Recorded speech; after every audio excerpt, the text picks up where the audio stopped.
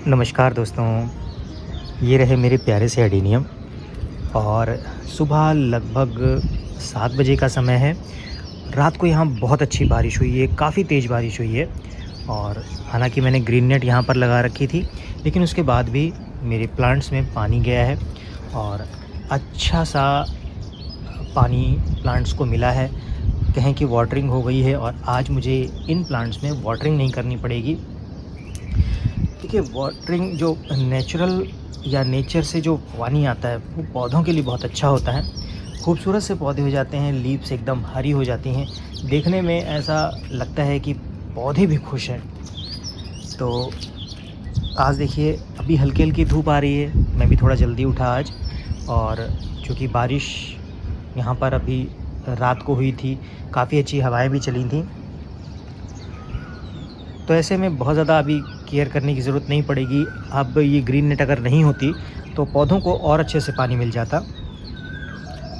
लेकिन फ़िलहाल अभी चूँकि बरसात तो आई नहीं है, तो ऐसे में ग्रीन नेट मैंने इसलिए लगा रखी है कि आज या कल से फिर तेज़ धूप हो जाएगी और उसके बाद फिर पौधों को पानी फिर मुझे कम देना पड़ेगा।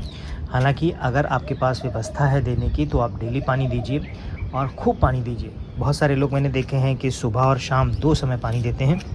जो छोटे सीडलिंग्स होते हैं उनको आप दे सकते हैं, और क्योंकि इनको पानी ज़्यादा चाहिए। सुबह आपने पानी डाला या रात को डाला तो बहुत जल्दी ही इनका पानी सूख जाता है। सुबह अगर आप डालते हैं तो 2-4 घंटे में ही पानी इनका इवेपोरेट हो जाता है सारा, तो इसलिए इनको पानी की ज़्यादा ज़रूरत होती है। और देखिए, इस तरह से मैंने यहाँ पर सीड्स में प्रोटेक्टर लगा रखा है, सीड प्रोटेक्टर लगा रखा है। अभी क्या हुआ, ये जो मेरा सोमालियन एनाकोंडा का एक सीड पॉट था, हैंड पॉलिनेशन से तैयार हुआ था और छोटा सीड पॉट था, ज़्यादा बड़ा सीड पॉट नहीं था, और मेरा उस पर से ध्यान हट गया। और एक्चुअली मैंने सोचा मैं चेक करता रहूँगा और जैसे ही ब्रेक होगा मैं ले लूँगा। और छोटा सीड पॉट था तो उसमें मुझे ज़रूरत नहीं लगी कि मैं उसमें सीड प्रोटेक्टर लगा दूँ। और उससे क्या हुआ, कल यहाँ बहुत तेज़ आंधी आई, बारिश हुई, जिसकी वजह से वो शायद तैयार हो गया होगा सीड पॉट और उसके सारे सीड्स यहाँ पर उड़ गए। तो इसीलिए मैं सीड प्रोटेक्टर लगा के रखता हूँ। जो मेरे थोड़े से महंगे सीड्स रहते हैं या जो कॉस्टली सीड्स रहते हैं उनमें मैं प्रोटेक्टर लगा के रखता हूँ, ताकि सीड्स मेरे वेस्ट ना हो और मुझे मिल जाएँ तो काम आ जाएँ। अब वो नेचर में कहीं जाएंगे, इन्वायरमेंट मिलेगा तो उगेंगे, अदरवाइज़ वो ख़राब हो जाएंगे, रॉट हो जाएंगे। तो इसलिए ये वाला सीड पॉट था, आपको दिखाऊँ मैं तो ये वाला सीड पॉट था और ये यहाँ से पूरा चला गया। तो खैर कोई बात नहीं, ये सब चलता रहता है। और एक चीज़ मैं बताऊँ, अभी बहुत सारे लोग ये क्वेरी कर रहे हैं कि उनके जो सीड से प्लांट जर्मिनेट हुए हैं तो वो सरवाइव नहीं कर पाए, क्या कारण है? देखिए, सबसे उसमें एक ही 2 कारण हो सकते हैं जो सीडलिंग सरवाइव ना करें। पहला कारण क्या होता है? सबसे पहला कारण है कि आपने जो मीडिया लिया है वो पुराना नहीं होना चाहिए, वो मीडिया आपका फ्रेश होना चाहिए। मान लीजिए कोकोपीट आपने ली है, तो ऐसा ना हुआ हो कि आपने 2-4 बार उसमें सीड्स ग्रो किए हों या एक बार सीड्स ग्रो किए हों, 1-2 महीने का रखा हो और उसको आपने इस्तेमाल किया हो। आप उसको फ्रेश कोकोपीट लीजिए और उसमें आप सीड्स को जर्मिनेट कीजिए। वर्मी कंपोस्ट मिला रहे हैं तो वर्मी कंपोस्ट आपकी अच्छी होनी चाहिए। काऊ डंग मैन्योर ना हो तो ज़्यादा अच्छा है, क्योंकि उसमें फंगस लगने का खतरा रहता है, और मानसून में तो ख़ास तौर से। तो इसलिए आपने वर्मी कंपोस्ट ले लेनी है और कोकोपीट लेना है, तो वो भी आपने लेना है फ्रेश।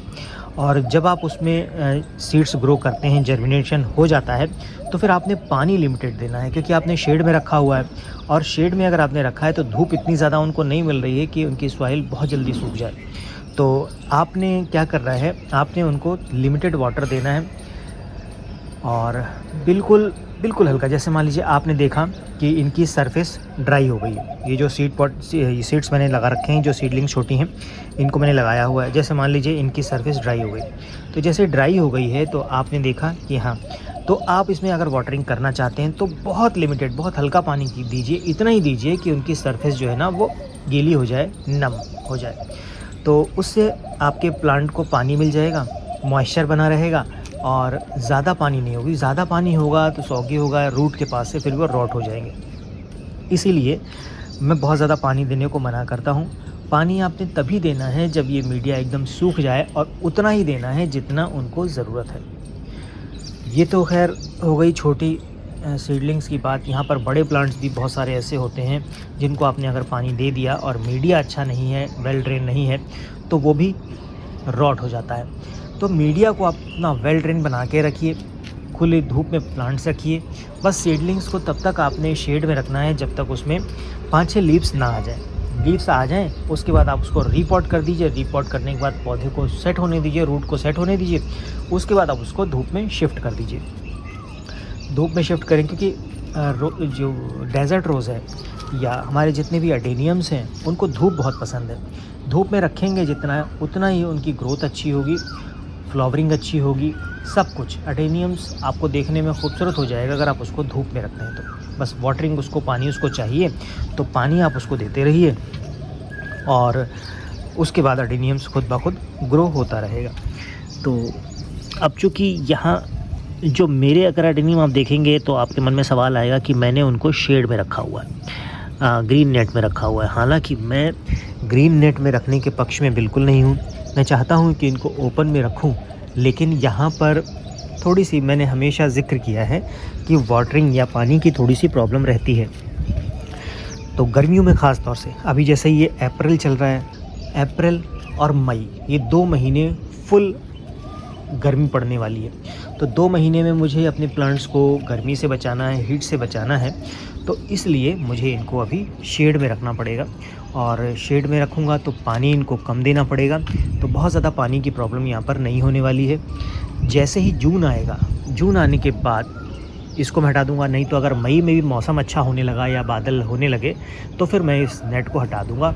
नेट को हटाने के बाद फिर प्लांट्स को अच्छी बारिश मिलने वाली है, धूप अच्छी मिलने वाली है, तो प्लांट्स अच्छे होने वाले हैं।